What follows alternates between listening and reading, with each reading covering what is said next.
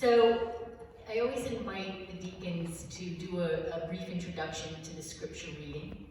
And sometimes we get people do their exegesis, they do research and they find out background of the reading or they analyze it. And what I said to the deacons this time was, you know what, this reading is like poetry. And sometimes analysis of it doesn't really do it justice. So if something strikes you, resonates at an emotional level, share it, but try not to get into the analysis. And as I sat down to write my sermon, I felt the same way, that what can I tell you about this reading? It is fairly long, so I thought what we could do this morning is a little bit Lectio Divina. Have you heard of that? I'll read a passage, and you just listen for the words that strike you, the phrases that strike you. And I, of course, have read it over and over, so some different things struck me, and I can share those with you. But I invite you, if you would like to speak out loud, you're welcome to do so, but you don't have to. Take in whatever strikes you. I also, just a little bit of an intro, I thought this was really interesting. One of the commentators noted that the newer the gospel is, the more recently it was written, the further back in time Jesus seems to have been considered God. So Mark, the Gospel of Mark, is considered the first gospel written. And Mark does not have any birth narrative. He introduces Jesus as proclaiming the kingdom is coming, and then being baptized by John. So according to the earliest gospel, Jesus sort of became God at his baptism. And then Matthew and Luke are the next gospels written, and they both have birth stories. So for them, God was incarnated in the baby Jesus, and that was when Jesus sort of became God, was at his birth, incarnation. And now we have the Gospel of John, which was written a few decades after that. And here, he's saying Jesus was with God in the very beginning, way before the incarnation. Jesus has always been with God, so I thought that was interesting. In the beginning was the Word, and the Word was with God, and the Word was God. He was with God in the beginning. Through him all things were made. Without him nothing was made that has been made. In him was life, and that life was the light of all humankind. The light shines in the darkness, and the darkness has not overcome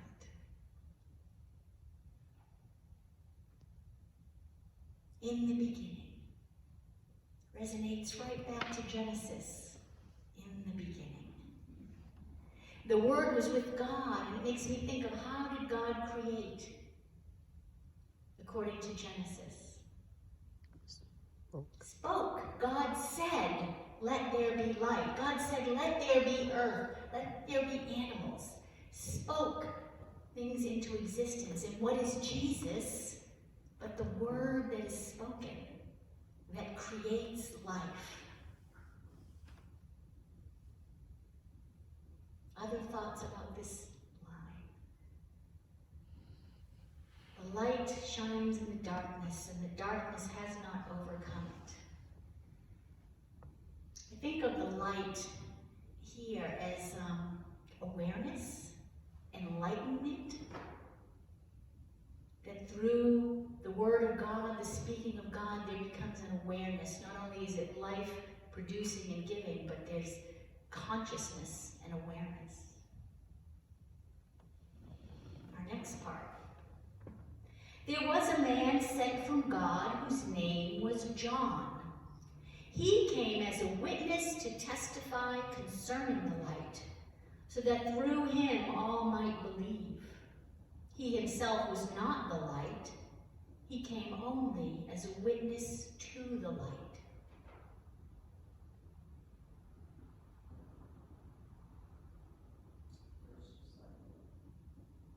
Which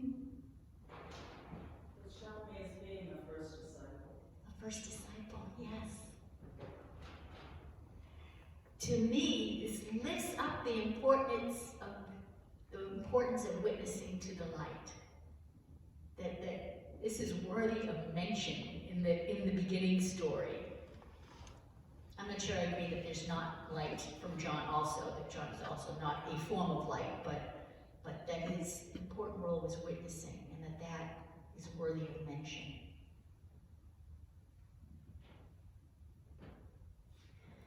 The true light that gives light to everyone was coming into the world.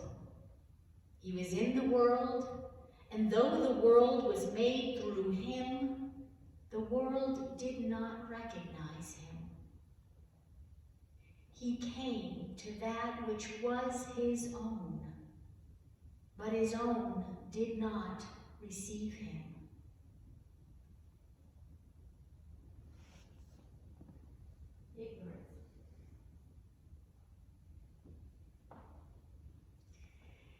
In our opening hymn, one of the last lines says, "Hear in sadness, bless us." And we had a discussion at rehearsal. Jackie's like, "Why is that in here? We're talking about how wonderful it is the light has come, and here it is, here in sadness, longing for gladness."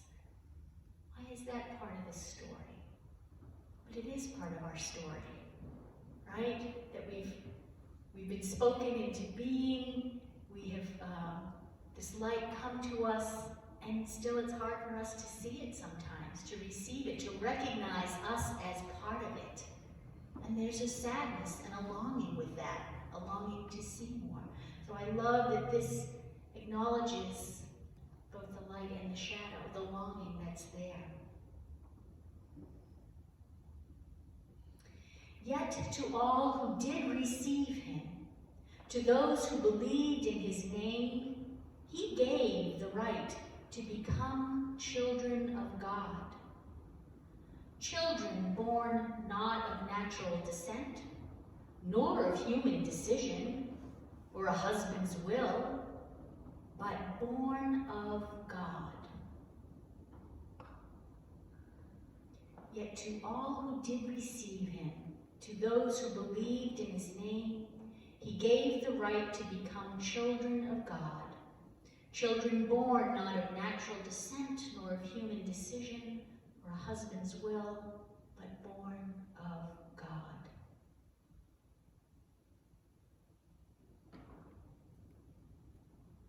Sorry, I take a little exception with that.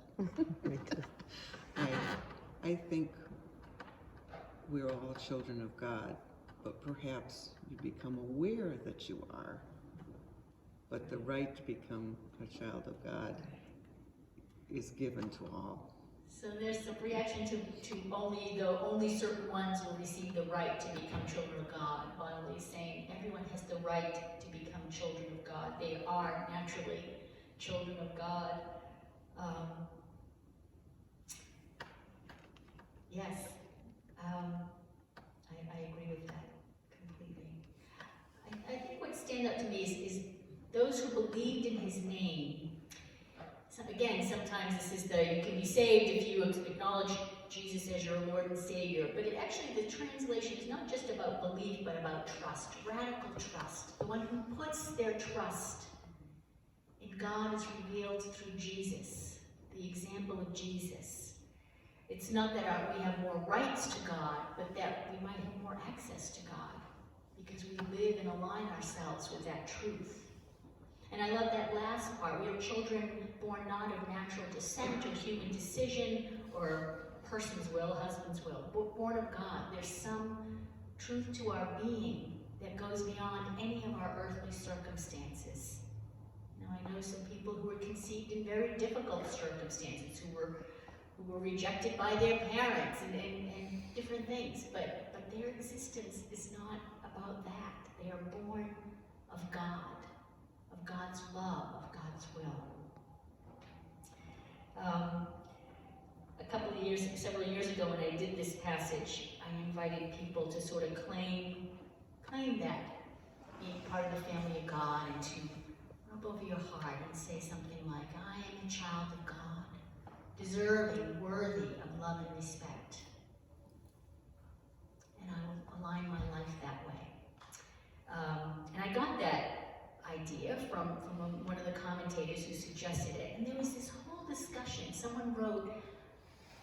think we can say we deserve love.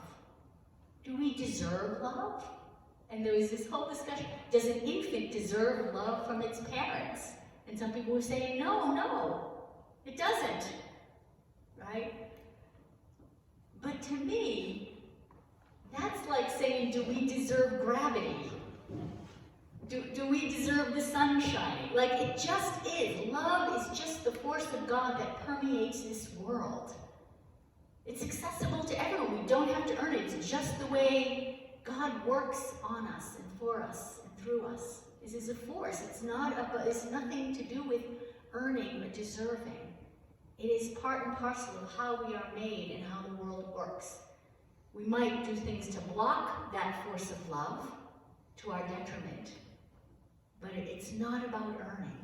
That's what comes to me about that, being born of God, being part of God's love. Our next portion. The Word became flesh and made his dwelling among us. We have seen his glory, the glory of the one and only Son, who came from God, full of grace and truth. The Word became flesh and made his dwelling among us. We have seen his glory, the glory of the one and only Son, who came from God, full of grace and truth.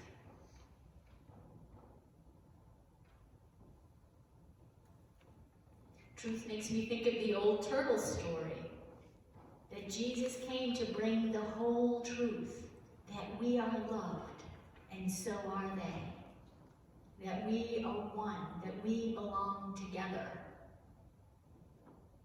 To me, that story was all about Jesus, the uniting of those two truths.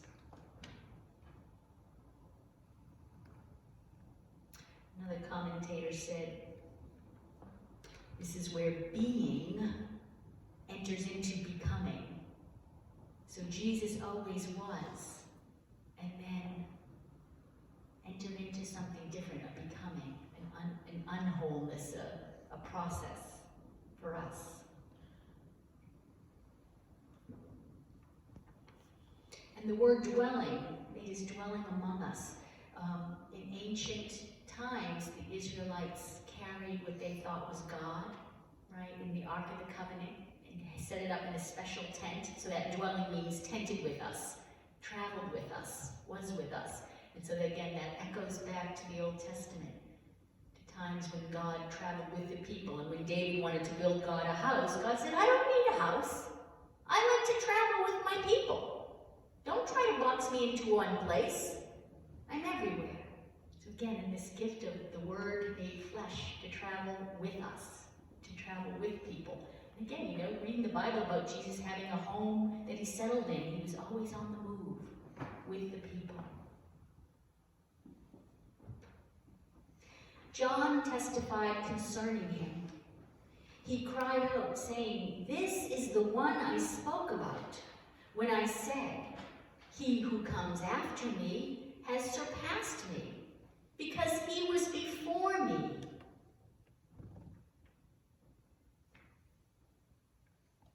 This is the one I spoke about when I said, he who comes after me has surpassed me, because he was before me. The reference to the beginning again. Yes. John had some glimpse that even though John was a little bit older, Jesus came technically after him. Jesus has always been in a way that John was not.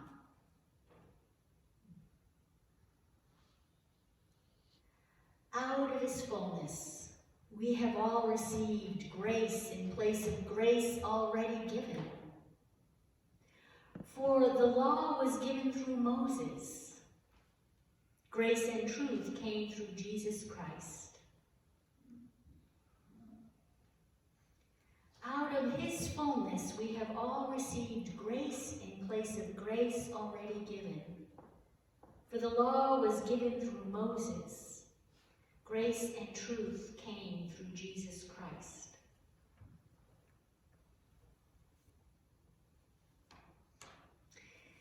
To me, I feel cautious about that because it sounds a little bit anti-Semitic. We Christians in Christ have the real full truth. Hebrew scriptures, the ancient covenant is half or broken or incomplete.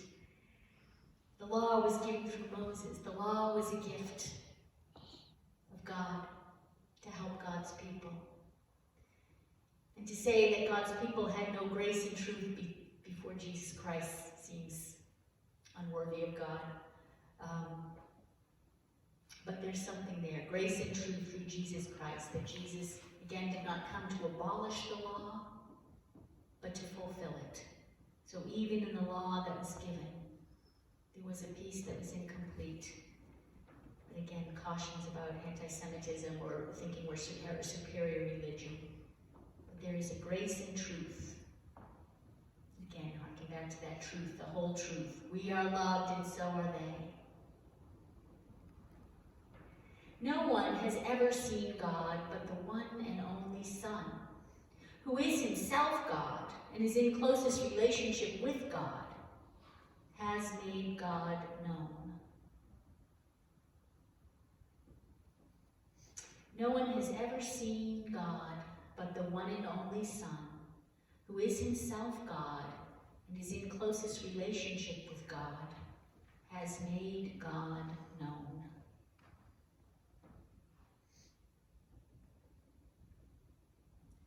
Thinking again of the turtle story. There's a truth, but maybe not the truth. That Jesus is a way that God has made known, but there are many truths all around us all the time that tell us more about who God is, and that we must pay attention to all of it. As Christians, we're called to a particular discipleship of following Jesus, but that doesn't eliminate or minimize other truths that we can learn about God all around us. And so again, no one has ever seen God. How do we see God? Right? What does that mean to see God? Where have you seen God? In the love of other people. A lot of people. In love. In love, yes. In the love of other people.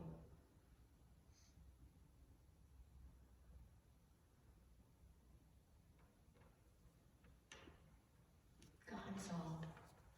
You are loved, and so are they. May it be so.